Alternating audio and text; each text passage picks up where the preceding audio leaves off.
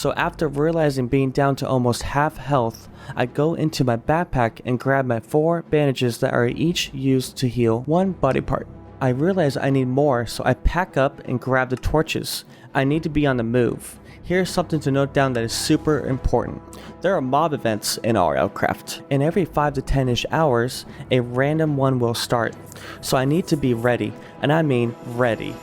Because if I'm not, and I'm caught off guard, I'm dead. So that is why I rush to diamond armor before the 5-hour mark. I will show you good ways on how to gain levels easily. So now I chop down a few trees to restock my wood supply. I sleep the night. Day 8. I take out my atlas to figure out which direction I should go. I see a village straight north of me, so I travel into the dark forest. I see a house. I draw my spear and head to the front porch. I open the door, see if I am prepared as what is to come. I slowly make my way inside. This place looks haunted. A zombie start busting down the door from another room. I take care of it and grab the fridge from the kitchen as it is made of iron. I hear more busting coming from other areas of the house. The door breaks and I get ready. I fight. I barely escaped as I got surrounded and took a hit to my head.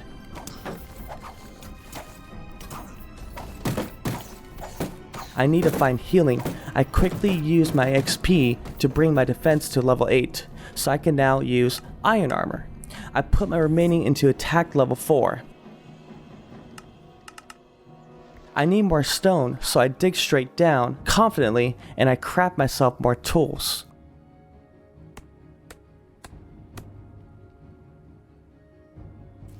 I find a fairy to heal my wounds. I drink carrot juice I found from the previous village to fill my thirst bar.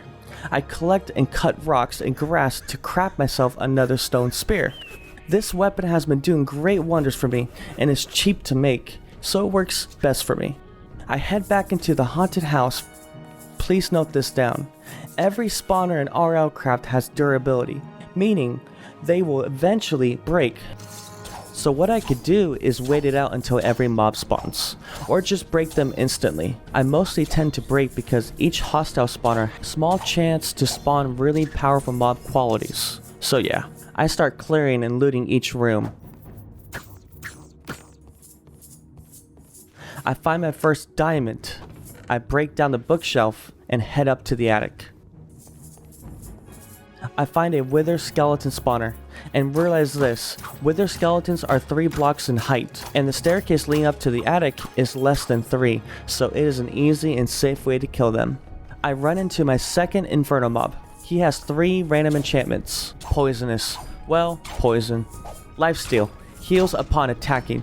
Quicksand. Slows the player within distance. Now what I do to prevent the poison enchantment, I use ranged, as I cannot be poisoned as long as I am distant. So I craft myself throwable stone spears. These projectiles will help me kill my first ever inferno mob. I loot a bronze pike. Note this, every inferno mob has a chance to drop treasure. That is why it can sometimes be great to find one of these. You just need to know what each of the enchantments are, so you know what you can and can't handle. But don't worry, I will show you ways to remove the really powerful ones. I break the other 2 spawners, which are bat spawners, completely harmless. I head down the attic and open my skills. I bring my attack skill up to level 8, so I can now use iron quality. I drop the pike as it will be no use for me at this time, since it is a 2-handed weapon. I head into the kitchen and begin prepping for smelting. I bring my mining skill to level 8 so I can now use iron quality pickaxes. I sleep the night. Day 9. I chop more wood for charcoal and begin smelting all my iron I have mined previously.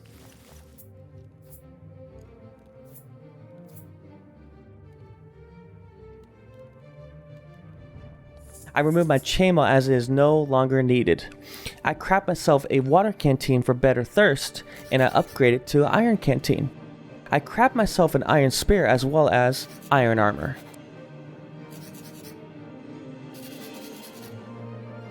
I go outside to chop more trees for charcoal and something happens. As soon as I hear footsteps, I instantly turn, raise my shield, and I block.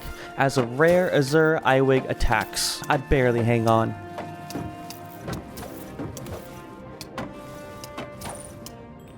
If you saw before this fight, I crafted myself an iron saw. Now this tool is super handy. It allows me to cut wood into planks and sticks super easily. So yeah, I pack everything up and continue my adventure. I run into another Pixen. I make it through the dark forest and arrive at the village. I loot. I find a gold chest plate, very valuable because I can smelt it down into ingots. I sleep the night. Day 10. I find a crate, but this isn't any ordinary crate. This is a steel crate. It is like a mini shulker box. I take it with me and I find a few more.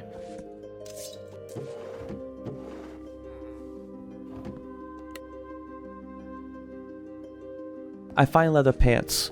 I can also turn it into leather scraps by using my flint knife. Also very handy. I find a dinosaur, but it is a horned red one. And alpha. I had to use my throwing stone spears to eliminate because if I attacked too close, it would cause much harm. I hunt so I can increase my skills faster. I sleep the night. Day 11. I continue the hunt. I encounter my first Reaper, and it is a rare one. I use my shield to block the projectiles. I then collect 3 skeleton skulls, and then I continue on. I get attacked by another Reaper, but this is interesting.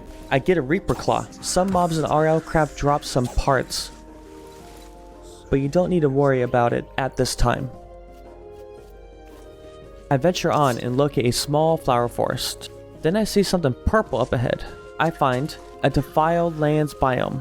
There are prickly roots and pretty flowers, but don't go near. They are dangerous. I move on from this biome. I then bring up my agility skill to level 4, so I can now get the dodge ability. Super nice. I bring my agility up to level 6, so I can now use an iron quality bows and crossbows. I have collected over 200 arrows, so I craft myself the bow. I am running out of storage space, so I build myself another cart. Oh, in case anyone didn't know, to attach it, default key is J. Keep that in mind. I keep traveling further and further, and I locate another village. I find a strange abandoned house, and this is not an abandoned house. This house is infested with silverfish. This is great, another way to increase my skills even more. I tread carefully as any of these silverfish can be infernal. I fight.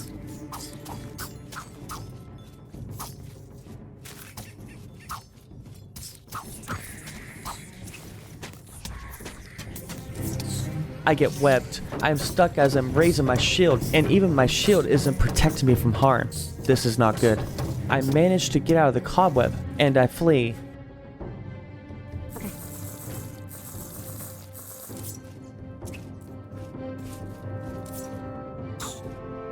But I go back, and I instantly get poison bombed as I encounter this inferno mob. Spawns cobweb at the player's legs. Sapper. Applies hunger effect to the player. Bulwark. 50% damage resist. Basically, super tanky. This inferno mob drops me an enchanted bronze bow. Very sweet. I realize my iron bow is super low quality, so I switch over to the bronze bow. I continue fighting silverfish. I encounter a few more inferno mobs. Darkness. Blinds effect on the player upon getting hit. Gravity. Like a magnet.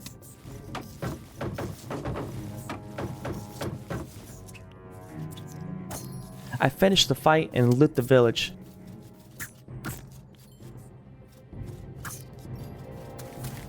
I find more crates.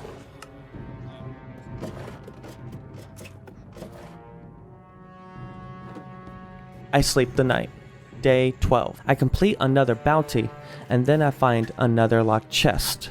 I pick the lock. Now, since this lock is more complex, it is time to know the strategy with lockpicking. Whenever you choose a pin, listen carefully, and I mean super carefully, as the pins in between the correct pin make a different sound tone. meaning you will know if you are close or not.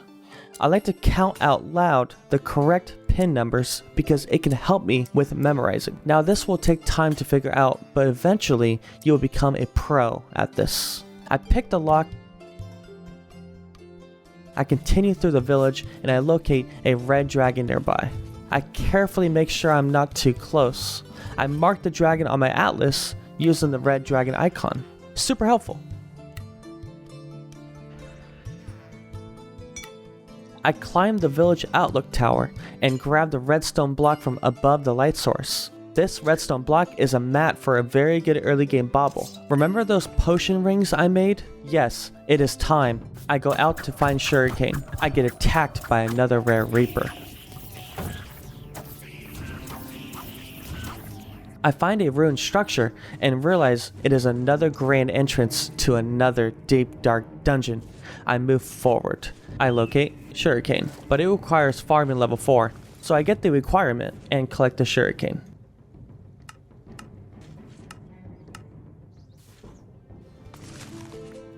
I press V to access my baubles and I choose the ring with worse quality than the other because when I upgrade any bauble, it re-rolls the quality. I use and I craft myself a potion ring of speed. Yes, it will permanently grant me the speed buff. Super sweet early game bauble. I locate a hippogriff. I wanted to test out my enchanted bow, so I give it a loose. Yeah, let's not talk about that. I sleep the night. Day 13. I see a small cobblestone structure. I realize that it is a mini zombie dungeon. I prepare for it and create a safe platform to kill the zombies. I start by crafting myself some slabs. Then I block a little gap to where the zombies come out of, and I mine out the outer part. I dig one block under and place slabs, so the zombies can see me better. Then I place blocks above me to prevent one thing, and that is being struck by lightning. Yes, a random enchantment that an inferno mob can have is Storm. Fun stuff. I think of what weapon to use against the zombies, and I want something with a big sweep. So I craft myself my first two-handed weapon, the iron grade sword. I dig out the block below and a baby zombie comes out, an inferno. He has a random new enchantment that I haven't seen yet. Choke. Prevents you from breathing, therefore you start choking. Similar when you are running out of air when you're in water. I eliminate the inferno mob. I then place 2 slabs on the left and right bottom side, and 1 on the top in the middle. That way I can still create a dark room and I can swing my weapon and collect XP from the middle. I break the top blocks of each side as well to see better vision. I begin to swing my sword. I encounter my first ultra rare inferno. Almost every effect is the same from others I have come across, but there is one, Wither. Applies Wither upon being hit. This mob has Ender and Vengeance as well, so I know I cannot defeat him. So I put away my great sword and use my axe, as it has no sweep attack at all. I kill every zombie but the Ultra. Then I use a simple Minecraft mechanic to eliminate him. I need to drown him, so I grab my water bucket, put him in a hole, and I drown my first Ultra Inferno mob.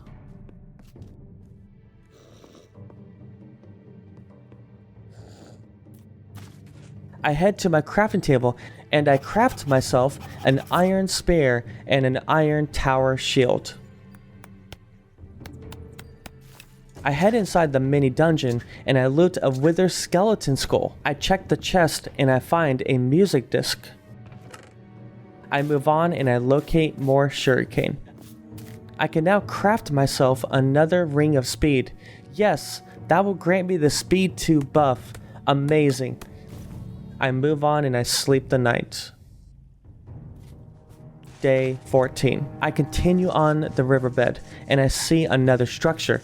It is a dungeon, but not any dungeon, but one of the best dungeons in the entire game. I locate a battle tower. Now I did see one during the very beginning of this journey, but I was not strong enough. But this battle tower is different. It actually starts on the top and goes deeper and deeper. There is a boss on the very bottom floor, but I am nowhere near ready for that. But I need XP, so I see what spawners are on the first floor.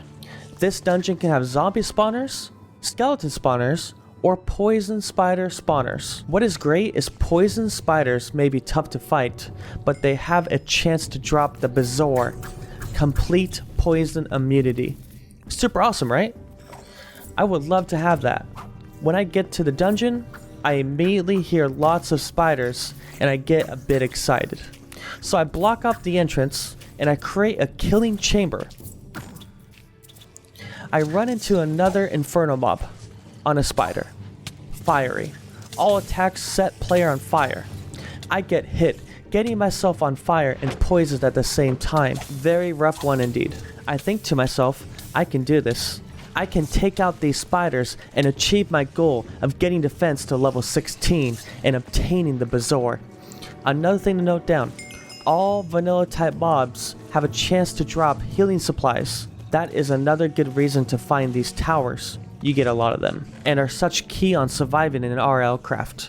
Whenever I drop any lower than full HP, I always try to heal back up. Now I create a kill chamber for just the spider. So on the top, I place upside down stairs to where the spiders can get stuck, and I use that as my choke point to take them out. I do that and I fight. I get impatient, so I go down to try to collect the loot and XP. I make a bad decision. I get to my closest call, but I clutch and barely survive this fight.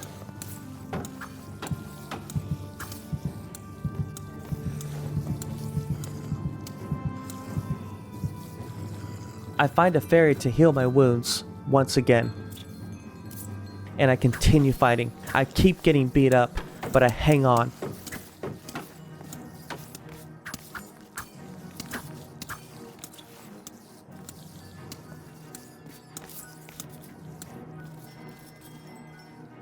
I sleep the night. Day 15. I keep pushing and pushing as I know I am close to getting my Bazaar. I can feel it. There have been so many poison spiders that I have exterminated, and I know the next few will get me the Bazaar.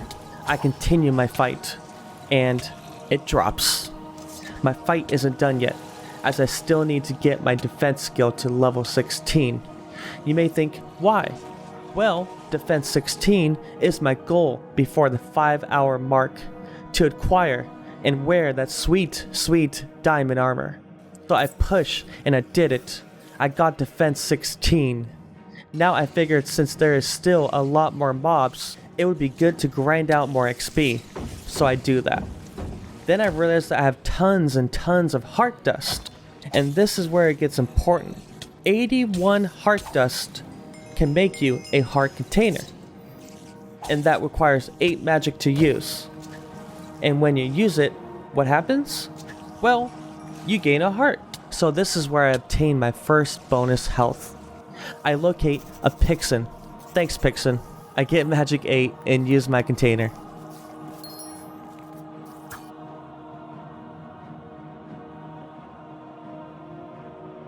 I think my time here is done for now. I mark the battle tower on my atlas and continue my adventure. I locate not just one, but 2 villages. I head to the first village. I find a blacksmith and loot 3 diamonds from the chest. I can now craft myself a diamond helmet.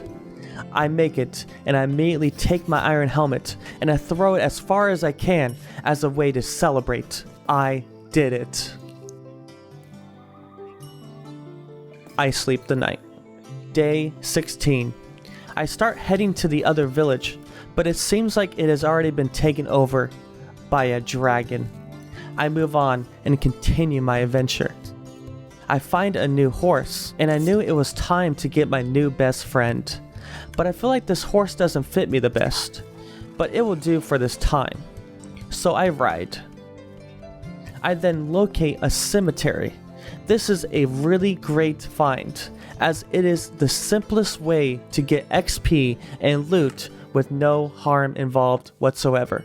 Now you can find blaze spawners here, but I don't think it's worth farming for, as blazes can be really dangerous in RLCraft. I begin grave robbing. I picked some locks, one being a steel lock. Steel locks are pretty great to bring with you, since you can smelt them down to steel nuggets. Once you get enough steel locks, you can really start to have steel ingots.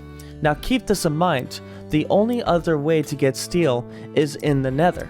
And some of you probably know, the nether is, we'll just kind of like stop there, you know?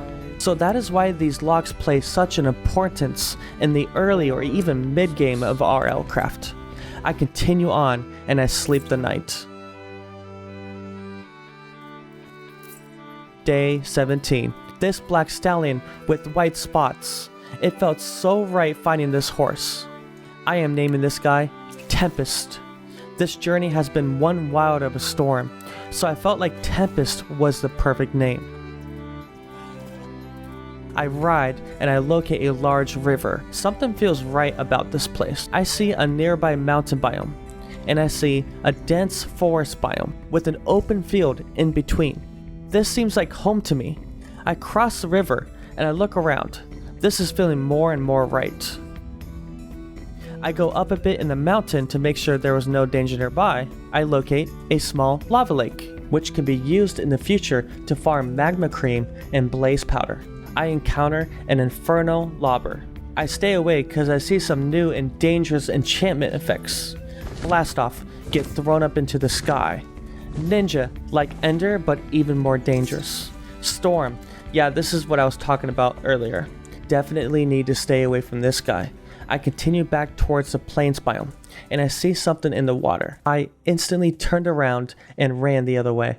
This thing is one of the most dangerous monsters in the game, a sea serpent. You remember that step 1 you heard? Yeah, these are incredibly dangerous and should always be extremely careful when traveling in ocean biomes. I will guide you later on how to fight these abominations. I mark the sea serpent on my atlas and I head back the other way. This world is starting to reward me after everything I have been through. It feels so good to already be this far and achieve so much. From almost losing everything, from swimming in lava to wearing precious diamond armor. I felt good. I felt strong. My journey ahead is just the beginning.